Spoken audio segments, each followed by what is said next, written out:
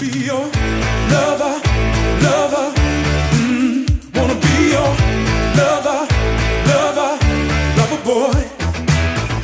Lover, lover, yeah. Wanna be your lover, lover.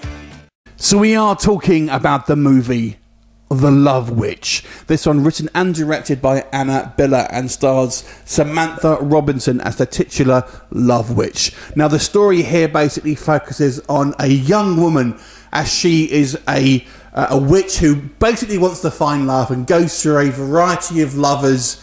Each one of them, she basically seduces them using magic and love spells, etc. But ultimately it ends up going a little awry, as you'll see through the movie.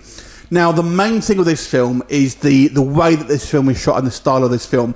Now, if you've seen the movie Turbo Kid, that is a modern film, but it is made to look like it was an 80s film. And this one is made to look like it was a 60s, early 70s film. Everything here looks authentically 60s, right down to the kind of the art that they use for the movie, down to the kind of the film that they use, the acting, the special effects, the hairstyles.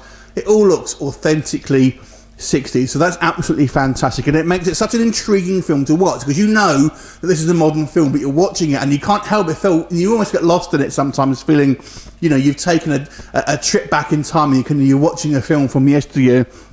So authentic. I absolutely thought it was such a good job doing that, and although the plot is quite slight, I did find myself being intrigued, just going from one scene to the next, to kind of see how it kind of played out and to see what tropes they kind of use in those films. Because at some points it almost borders on parody, I've got to say.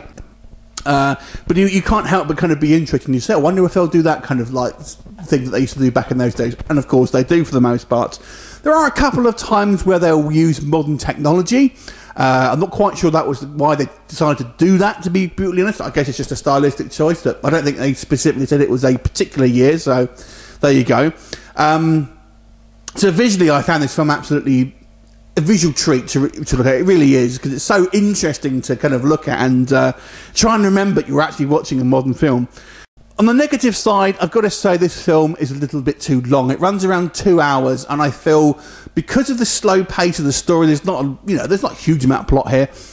There are a lot of scenes where they feel overly long and could have been trimmed out, and some scenes completely taken out, because ultimately it does end up becoming a little dull, unfortunately. The story, you'll feel, is progressing at a kind of snail's pace, and some of the scenes just seem like, oh, come on, kind of you wanting to go on to the next scene a bit more quick than it does currently. So I would have taken out 20 minutes to half an hour of this film, just made it a little bit more of a kind of streamlined story, and I thought it would have really benefited from it, to be honest. And the other things, I guess, there are some kind of cheesy acting here, but I think that's meant to be part of the charm. But overall, if you're a fan of the Euro sexploitation films from yesteryear, then you're probably going to want to check this one out. There's a fair amount of nudity in it. I kind of found it quite fun, but a little bit boring ultimately, a bit of a downfall, to be honest. But overall, definitely something original to look at. I'm going to give this movie a 6 out of 10. Have you seen it? What did you think of it? Leave me a comment and I'll look forward to seeing you next time. Bye for now.